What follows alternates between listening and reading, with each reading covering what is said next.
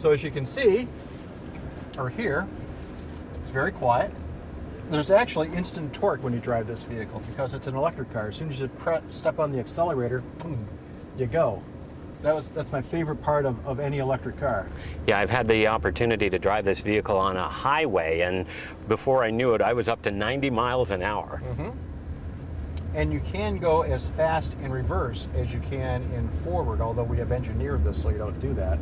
Talk about General Motors' commitment to alternative fuel vehicles, hydrogen in particular. Well, as you noted before, we've been working with fuel cell technology for since the 60s, before man landed on the moon. Our goal at GM is to eventually remove the vehicle from the environment and energy equation, and the only way that you can do that is to have technologies that don't use gasoline. And therefore you don't have any greenhouse gas emissions that come out of the tailpipe. Taking a look at the display here, it looks like you've got 3 hydrogen tanks on board. Is that correct? We have 3 tanks on board. Gives you roughly 4.2 kilograms. We measure it in kilograms of hydrogen. It's compressed at 10,000 psi, and we do that because that allows us to get more hydrogen on board this vehicle. You can fill up the vehicle in about 3 to 5 minutes, just like you do a normal car, and depending on how you drive it, it gives you about some of our drivers have been getting about 200 miles of range.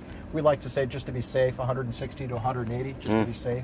Yeah, we've got 3 tanks, and what this indicates is how everything is flowing. Hydrogen comes out of here, it meets up with air from the outside in the fuel cell stack, creates baby electrons that power, that creates the electrical current that powers the electric motor, and the byproduct is H2O, which comes out of one of the 4 water vapor vents. Now, we do have a small battery on board to help for performance from a stop and go standpoint.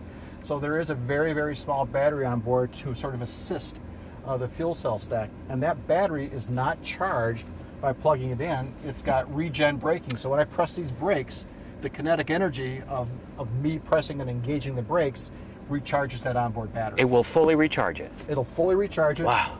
And most of this technology was birthed by the EV1. There's a little bit of EV1 in every fuel cell, every extended range electric vehicle that we make. Without the EV1, none of this could have been possible.